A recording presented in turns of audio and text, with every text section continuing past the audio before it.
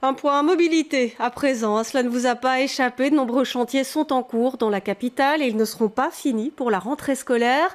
Ça risque de coincer, que ce soit au niveau de la rue de la Loi, porte de Halle ou encore porte de Ninove. On va voir avec vous, Michel Gueyer, les points noirs qui s'annoncent. Alors pour bien comprendre, Valérie Leclerc, l'ampleur de la situation, il faut visualiser l'ensemble de la région bruxelloise. Vous avez cité la rue de la Loi. Jusqu'à la 3e semaine de septembre, une bande est toujours interdite à la circulation.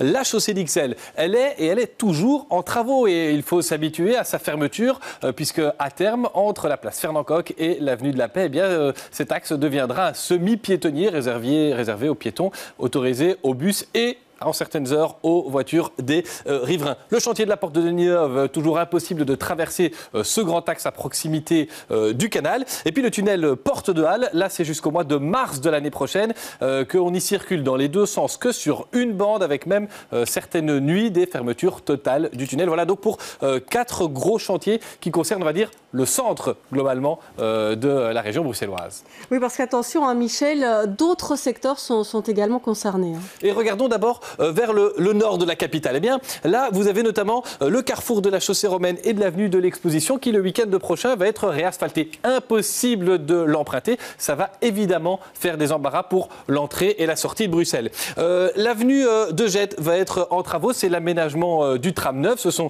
des travaux d'ampleur et c'est donc notamment à hauteur de la place Reine Astrid qu'il faut suivre les déviations qui sont, nous assure-t-on du côté de la commune, régulièrement évaluées. Mais ce qui veut dire aussi que parfois il y a de petits changements. Et puis il y a toujours ce test qui ressemble fort à des travaux, test de mobilité autour de la basilique de Kuckelberg. On n'y circule plus que dans un seul sens. Et là aussi, il y a une évaluation qui doit être mise en place. Pour l'instant, il faut suivre les voies indiquées puisqu'on n'y circule plus que dans une seule direction.